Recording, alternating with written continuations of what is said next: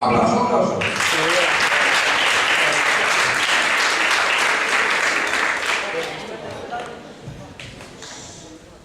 Un día de verán, a xente estaba na praia e de súpeto, por ali que do horizonte pasou un petroleiro. A xente mirou a seguir e viu que a praia estaba a punto de chocar unha enorme cosa a que o petroleiro se dirixía.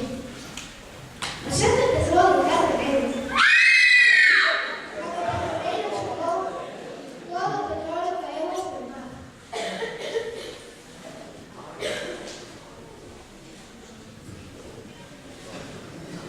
Xusto nese momento, un banco de peixes acercábase hacia o petróleo.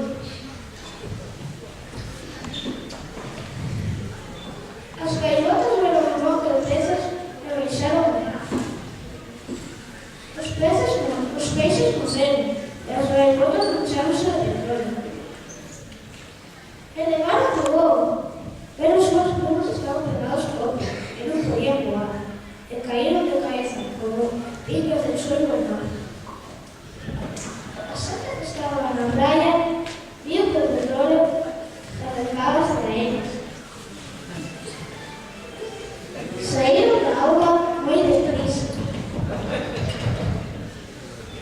Chamaron a voluntarios para limpar o mar. Acabaron de limpar casi todo o mar. Cando se fixo de noite, a xente foron ás súas casas. Ao día seguinte volveron a limpar.